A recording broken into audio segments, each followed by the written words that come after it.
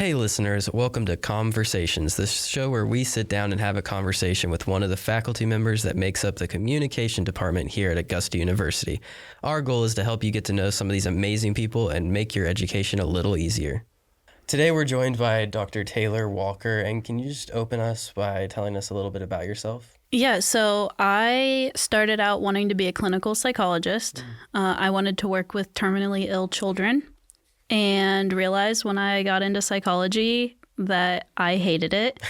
And not because I hated what I was learning. I hated that when I was learning, it was, we're going to give you this book and you're going to listen to people talk to them and you're going to check some boxes and then you're going to tell them what's wrong with them and send them on their way. And I hated that. The conveyor belt Yes. process. Yeah. And so I took a gender and communication course and a health communication course and realized I could do what I wanted to do with people in healthcare with not actually having to work in healthcare. So I took that. In that class, I was told you should go get a master's degree. So I went and got a master's degree. And I started teaching undergraduate classes when I was 22. Wow. So That's crazy. I found out I loved it. My first semester teaching, I had somebody I graduated high school with in my class. So it was awkward. Loved it. Decided I wanted to get a PhD so I could continue to teach, but I could work more in the research realm as well. Got my PhD, went on the market during COVID and ended up here. And so my research really focuses on how we use storytelling for social justice. But I typically do that in a healthcare system. So I've worked with hospitals, nonprofits to address racism in the healthcare system, gender issues in the healthcare system, and that kind of stuff. Interesting. I would say the way you distribute assignments is pretty non-traditional in classes. Is there a reason for that? Yeah, I think when you get into the workforce, it isn't going to be distributed in, well, one, it's not going to be assessed in, can you do this or not? There are a whole slew of things when you get in the workforce that influence whether they're going to keep you, if they're going to hire you, how your job performance is going to go. So my kind of approach to that is really focusing on what's going to best prepare you for actual life, no matter if you want to go into the workforce or you want to continue in academia. Structuring assignments to be really applied helps you gain kind of skills. I know whether or not you know the material. I don't need to test you on that because if you can't apply it, you don't know it, right? So that's why I structure assignments the way I do. And then when I have flexibility in schedules, whether things are due or not, that is typically how jobs, they're not going to say like, by February 28th, they're typically going to say, you have 6 weeks to do this. And I think giving you a extended period of time, whether that's to take a test or turn in an assignment, helps more with that kind of planning than it does to say exams are this day, assignments are due at this time, those type of things. You still need deadlines, but typically in the workforce, deadlines aren't like that. That makes sense. So what inspired you to pursue the field of education? I know you already kind of talked about that, but like what got you into that classroom from the get-go? So I didn't have a choice when I started my master's. That was how I got paid. Okay. I only taught public speaking at that point. And I really learned that I could actually help students. And what I mean by that is every point until when I started teaching, I only had one professor who I felt really cared about whether I learned something. And I loved that. It made me want to take more classes with her. It ultimately made her my dissertation advisor. I went back to OU specifically just to work with her. And I realized education didn't have to be about standardized tests and that you could really embrace all forms of learning if you try. And I'm not saying that professors who don't do that aren't good professors. They are. It's really about their approach, but really seeing actual growth in students. I know I've had both of you previously, and from the first class you took with me to the last class you took with me, one, like participation increased, but also like you can actually see people thinking more deeply about topics. And I love that. I love having conversations, even if students disagree with me, where we can talk intellectually about something and critically and evaluate things. And so that's really what made me fall in love with teaching. That's really cool. Yeah, there's a big difference from the first time I had you to like the last time. Yeah, especially the 2 recent classes that I've taken with you, since they're a lot more discussion based. I feel like I have to think a lot harder.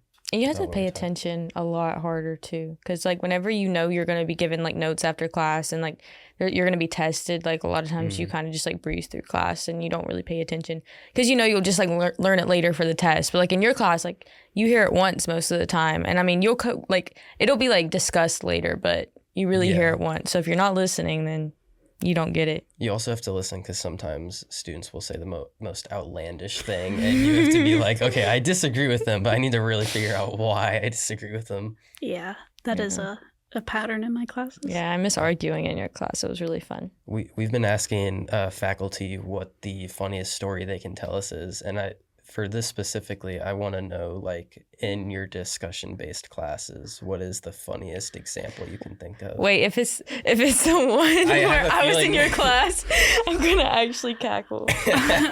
I don't know. You immediately thought of something. I feel Yeah, like I want to do you wanna know tell what the Lydia story? thinks because I don't know because there are things where I think sometimes students think it's funny and I leave the class just raving. No, I don't know if you thought it was funny.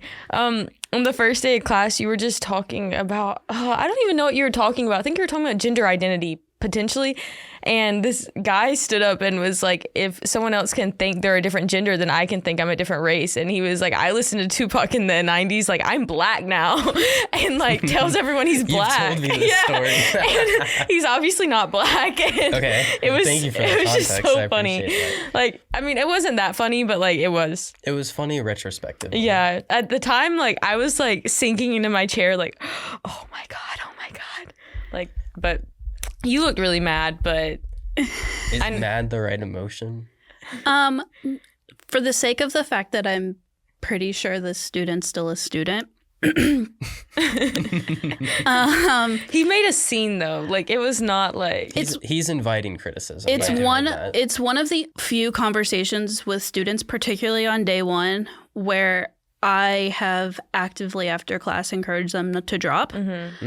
And it isn't because I don't value his opinion that is different than mine, right? We were talking about that gender is a social construct. yeah.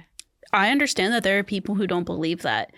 My bigger thing is he didn't seem willing to learn the other perspective. Yeah. And I'm not gonna, one, have you argue with me every day because then no one learns. But two, it was about protecting the other students in the class. There was another student in that class who definitely had very differing opinions than you all. They think sometimes said things in not the most positive ways, but was at least from my perspective open whether or not it was going to ultimately result in a positive conversation, listening to the other perspective. Yeah. But that is one of the hardest things that I have ever had to do here at AU is deal with that student on the first day. And it's mostly just because, like, the first day, I feel like most of you come in and are just like, I don't even know if I want to be here, or I already know I want to be here, but, like, I just want to know what the class is about, and I want to, like, get the syllabus and the assignments and leave. And, like, I argued with this student for, like, 20 to 30 Really? minutes. Oh my gosh. And that was rough. Yeah. And you witnessed the argument? No, it was after class. A little bit, yeah. Yeah. And then Y'all didn't really argue much during class. You kind of just were like, okay, be quiet. Like, you said it in a lot nicer terms, but like. Yeah, I mean, and at that point, that's hard for me because I don't want to demonstrate that I'm actively going to shut students down in class, but also I have to set a boundary of was like, being very I'm still the disrespectful. professor, right? Yeah. Like, I still need you to, like, at least acknowledge that I have some expertise and that you should listen to it. Yeah. I mean, talking about growth that you've seen within your students, I feel like you've been a lot better about establishing those boundaries in the classes that I've like had with you. Yeah, I think that's something that I've actively tried to do. I still want to be open. I'm still going to be cool my professor. I don't even want to be the cool professor, but I want to be myself. I don't want it to feel like I'm different if you like ran into me in the grocery store or something, but I do want people to acknowledge like I still have a PhD and I'm still in charge of your grades. So like please respect that. And I think that there are some students who have potentially taken advantage of that. That's their right, I guess, as a student. I don't know if it's their right. Yeah, They're free to do so, but I don't think they're free to fail your class if they wish. Yeah, it's fine. How have you seen your field of study evolve over time? And I also want to know, because you are a relatively new faculty member to AU, how have you seen AU evolve in that time? Yeah, so the field of communication, I think, is constantly evolving. I mean, it started off as part of English, and now it's not part of English. And I think right now the field is much more open and critical, one of itself and how they do things, but two, of really being engaged with the world. So, for example, I know right now a lot of faculty across the communication discipline are really concerned with like Palestinian classes not being offered, or whether or not gender and sexuality courses are going to be taken off the docket, or whatever that might be. So I have seen the actual field as a whole really start to expand and be a voice in the social kind of world. I also, from a health standpoint, they have been much more focused on things like combating misinformation in health, right? We literally lived through a pandemic where tons of misinformation, and a lot of the communication people are like, I'm just going to use this to study. And now they've started to be like, okay, we need to actually apply this. We need to actually help people with health literacy. There's also some kind of conversations in health regarding just like the fact that AI and things like that robots are starting to perform surgery. Like that's a lot of stuff that previously we weren't really attuned to, and we were just letting the people building robots and medical professionals do it.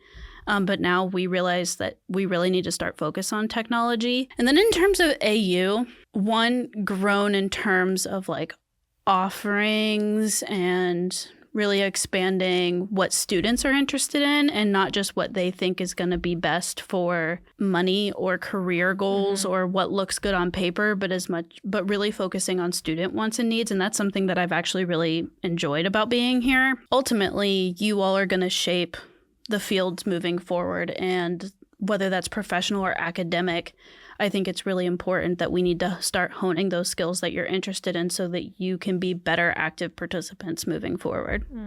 Talking to like Dr. Hayward or Dr. Johnson, and they explaining, because they've been here a very long time, and they've like mentioned like how the new faculty has come in and younger faculty has come in. They've enjoyed seeing that evolution and that stage change. So it's nice to get a perspective from one of those faculty members that they're referring to. Awesome. Well, I'm glad they were enjoying it. So another question we've been asking is, what have been some highlights in your career so far? Highlights in my career so far. Well, I am, I'm trying to think of the exact number, assistant producer on 2 documentaries on PBS. So that's really cool. What kind of documentary? One's about how we can use art and storytelling to integrate people with developmental disabilities into the community. The second one is about a nonprofit that focuses on pediatric cancer and bringing awareness and what they're doing, and how cancer care doesn't have to be about just oncology appointments and chemotherapy, but how we can incorporate art and music and other things into it. So I was the student assistant producer on both of those. I was also the assistant producer on a podcast. Wow. So those were 2 things that I've done outside of here. Moving to AU, I think one of the more proud things I've done is I have been pretty committed to social justice, regardless of whether or not I think the faculty and the department support it, but whether or not the area as a whole kind of supports it. And so I've, gone out and interviewed people in the healthcare profession here in the CSRA about whether or not they think bodily autonomy matters in healthcare, right? And some of them don't, and some of them do, but I'm still proud that I'm doing that research, even if it's going to cause some potential backlash from people. Yeah, that's a really brave thing to do. And Georgia in Yeah. general. What gets you out of bed in the morning? Coffee. Coffee. And Don't talk about it. the fact that my dog will jump on me. Nice. Aw. Because your dog's hungry, or just because it likes? He's just when he's awake, he's awake. Yeah. What's your guilty pleasure outside of your career? Oh, I love horrible reality TV. Really, like what type? Like Love is Blind. I hate Love is Blind. I love hate The it Bachelor, so. Bachelorette. Wait, did you like Love Island? Okay, I never got into Love Island. What about MILF Manor? I'm obsessed. What is that? I'm also Wait, you don't know obsessed what with MILF Manor The is? Secret Lives of Mormon Wives. Wait, I was 5 feet away from the cast of Love Island at a Gracie Really? Abrams concert. Cool. Yeah. I don't know if that's a congratulations. It or is a I'm so congratulations. I was really obsessed with that show. sorry. You should watch MILF Manor. I don't need to get into more trash TV. So good though. What is your favorite trash TV show? At one point, it was like the Bachelor, Bachelorette series. Mm-hmm. I think right now it's Love is Blind, to be honest with you, because I hate think that we've show. officially proven that love is not blind. But I love to watch the train wreck unfold where they realize that love is in fact not blind. But it just seems fake. Like there's no way these people actually are going to get married before seeing each other. Is that the purpose of the show? Is to prove? Because I've never Yeah. watched it. Yeah, Is it's like a social experiment I to see. see like if you can fall in love sight unseen. So they like are in Pods. Yeah, okay. that are Yeah. like visual proof, and they talk to each other through them, and then one of them proposes, and then they like have 4 weeks to get married, That's so sweet. and then when they actually live in the real world, because that's what happens in the 4 weeks, it is like a train wreck. They're like, oh, we never talked about finances. Finances are a problem in relationships, and it's insane.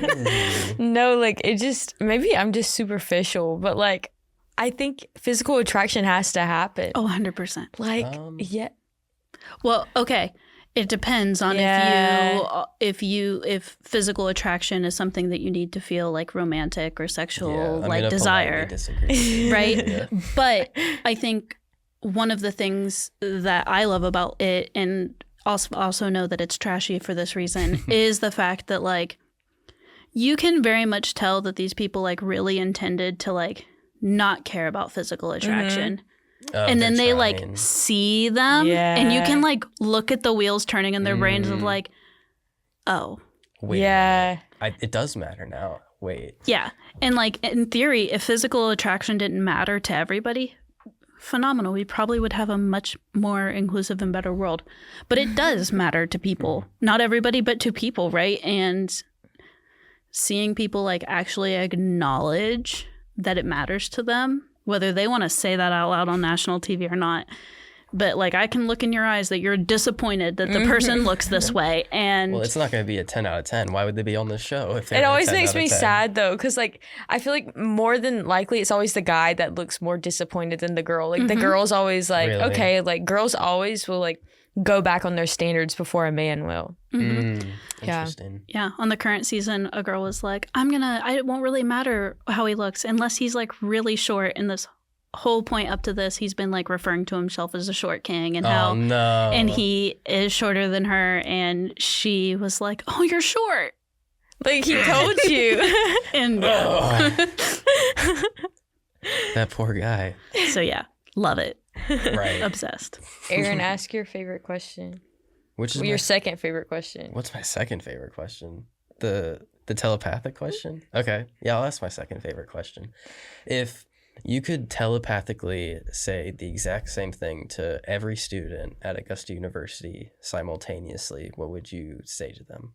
I really hate failing you, so please just turn anything in. You're speaking to JJ right now. I am. I thought he was sitting in today. JJ is influencing that, but We love you, JJ. it is like a common theme, right? Like, just give me something. But that's life. Like, Right. you're so much better off just trying. Like, even if you fail, like, at least you tried. And honestly, I can't speak for all the faculty, but if you turn something in and are at least trying, I'm at least giving you a C. Like, Yeah. I'm not failing you for trying. Yeah. In fact, you're probably getting higher than a C even if you just try. So like, just do it. Just try. Yeah. What would your advice be to someone who's like struggling to have the energy to try? I think for me, in my classes, it would be to talk to me, right? Because I think I try to set the standard of like, if you're willing to communicate with me, I'm willing to work with you. Mm-hmm. But I think across the communication faculty, that's pretty common. I won't speak for everybody, but I think it's more common than not. And so really being able to be open about what's going on, one, we can point you to resources that you might not have. But two, we can also work with you in why it's not trying. So like, for example, I've had a student before say like, I just really can't express my thoughts in a written way. And I said, well, can you do it in a verbal way? And they're like, yeah. And I said, okay, well, instead of turning me in a written paper, record 4 podcast episodes where you're discussing the topics that I'm asking you to write in the paper. That's still giving me the same things I'm looking for, but works with what is best for you. And if you don't have that conversation with me, I can't help you in that kind of way. So that would be my kind of thoughts on that. As a real world example, one of the assignments that you've given us is writing an essay about what it means to be an American to us. And when I sat down to write that, I had no idea what I was going to write down. And so I've been talking to people about it to try to figure it out, because it's like, it's not an easy concept to verbalize in any way. Yeah, I had a student one time turn in everything that they don't think it is to be an American with the ending kind of thesis of like, there is no one way to be an American. Interesting. And that was really cool. Yeah, that's a good way to look at it. So normally we do the Rate My Professor segment, but we don't have that for today, the first time. So I want to bring the conversation to like, how do you deal with negative feedback, and do you have any advice for students who maybe struggle dealing with that? Yeah, so one thing I try not to do is take negative feedback personally. And I think it's really easy to go that way. Like if a student is saying like, this person, I don't know what Rate My Professor things have said, but like they are really hard graders or X, Y, and Z. That isn't inherently like an attack on your character. Now, I'm not saying that there aren't negative opinions that aren't attacks on your character, but more often than not, the critiques that you're getting aren't about your character as a person. And even if they are, you can still think about that. So like if someone were to tell me like, honestly, feedback that I've gotten is like, she talks way too fast and like that means that she doesn't care about whether we get the material or not. That's not true. Sometimes I don't even know that I'm talking that fast. So if I took it as like, they just hate me, I'm not going to get anywhere. So it can be thinking about how can I actively incorporate things that slow me down and give them time to process it, which is why if you take classes with me, there will be discussion questions throughout about whatever we're talking about. I can go through the material. That makes a lot of sense. But then, okay, so here's a question related to that. You all have the floor to really think about what I've been saying and articulate your thoughts on this. So it's really about not taking it personal and then finding ways that work best for you. And that works best for me in my approach to teaching. That might not be the best for everyone. So that's the advice that I would also give students. Don't take feedback personally. If a professor writes like, this isn't well conceptualized, that doesn't mean that you didn't have great ideas. It means that you really need to think about how to better explain those ideas to someone, right? You can always turn a feedback into a positive. Of the faculty here, whose teaching style is your favorite? I'm really intrigued about Dr. Johnson's teaching style. I feel like everyone is. But I also feel like I'm not smart enough to be in a simulation. It was really hard. I don't think you have to be smart enough. I think you have to be willing to be out of your comfort zone in such a dramatic way. But like, I'm not really a video game type person, so like that entire world was so new to me. The entire Dungeons and Dragons community by calling it a video game. Sorry. Continue. I don't really understand what Dungeons and Dragons is. Yeah, clearly. Yeah. But continue. See, my thing is more along the lines of like, I'm way too anxious as a human for there not to be some level of certainty. And it's not that I don't put myself in uncomfortable situations. It's just like I do that for funsies. Like if I'm going to play Dungeons and Dragons with my friends in an educational setting. I'm not going to do it for a grade. Yeah, that freaks me out. But I know he does it I know students really love it. Some of them, I know some of them are really anxious about it. And I think it takes public speaking in a way that isn't just you either an audience member or a speaker and you do these 4 things and you get a grade on it. Like you're getting to do it in a more unique way. So I'm really obsessed with that. It's so funny. Is there anything else you wanted to talk about today? I mean, not that I can think of. Unless there's like a specific thing that you all just want to know about me. I feel like I know a lot about you. Yeah, I'm pretty open in my classes. You're very open about your relationship.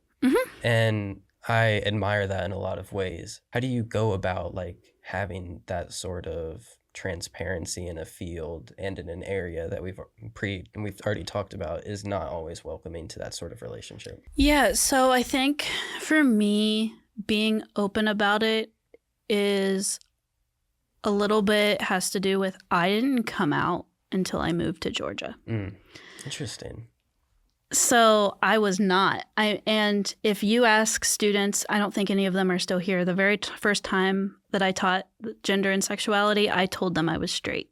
You've mentioned that before. Yeah. So I think it was a little bit about like really being willing to accept who I was. And when I came out, one of the things I was most concerned about, and I've told you all this, like my family's pretty heavily conservative and my dad's like a QAnon supporter. So really knowing how they were going to react and if I was going to have a family, and they took it really well and are actually really great, and really think more complexly about gender and sexuality now. So I think once that happened, I was like, if I'm going to teach about like really authentically conceptualizing gender or race or whatever it might be, then I need to be willing to do that too. And so I just really had to have a tough conversation with myself and realize that some students probably won't like me because of that thing or think a certain thing about me because of that. And be okay with that. And so that's kind of why I'm that open and how I got to that point. I think it works out really well because you are expecting us to talk about how we feel about some really intense topics. So you being willing to share about yourself in that way definitely eases the barrier. Yeah, and I also think I explicitly say I'm not going to ask you to do something I wouldn't do myself. And if I'm kind of hiding a part about who I am, which I was doing, then I felt like I was doing you all a disservice because I wasn't being, truthful. It was my truth at that time because I hadn't come out to anybody, right. But you weren't explicitly lying. But I knew in my head and in, my heart. So like it didn't feel authentic, and I'm really about being authentic. Yeah. So. Yeah, and at the same time, I feel like having an authentic professor like that is so crucial. Like just having someone in your life that's a role model that's truly being themselves and, isn't apologizing for it. Because I'd never had anyone older than me like be themselves in the way that you are. Well, thank you. Yeah, and it was very inspiring. Like the first time I had your class, I was like, oh my gosh, like she's here and she's who she is. Like this is really cool. And it definitely made me want to be myself more. And that wasn't something that came from just like one class with you. Like I think like after I had 3 classes with you, like I changed as a person and I completely changed how I saw gender and sexuality and everything. So it was really cool. Yeah. Like going into your classes, a lot of the stuff that I thought, because I was like, oh, I've always thought this, so I guess this is just how I feel.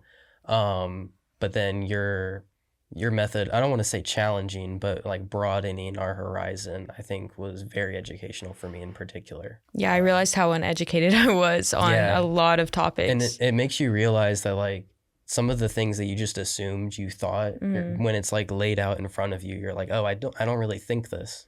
I was just never challenged on it before.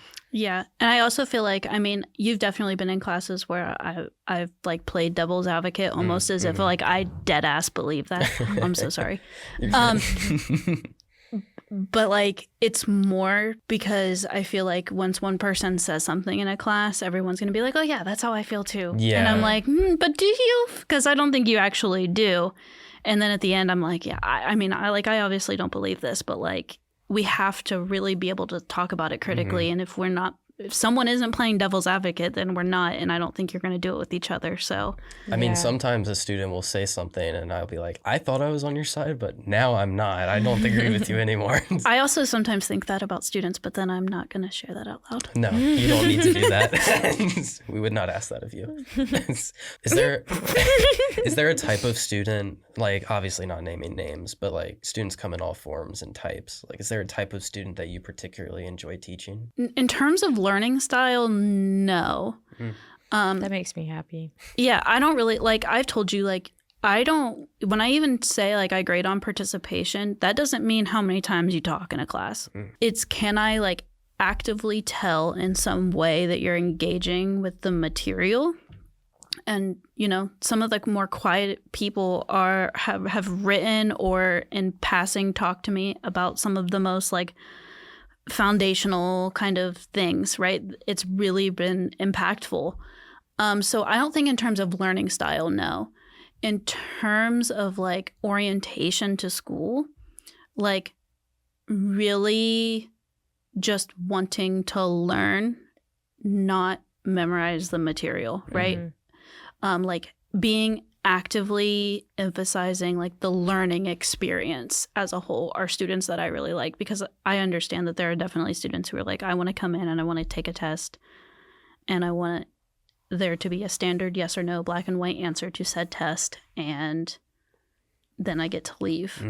And I don't particularly enjoy teaching those types of classes, and I don't like students who have that type of orientation.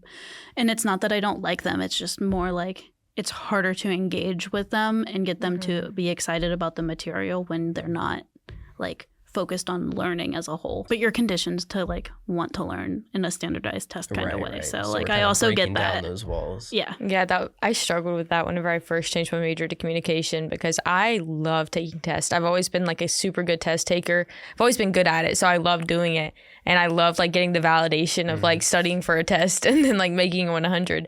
And once I changed my major, I was like, oh my gosh, like tests don't exist in the real world. Like I was actually upset. And then I took Dr. Hayward's class. It's the only class in the comm department that you really take tests in.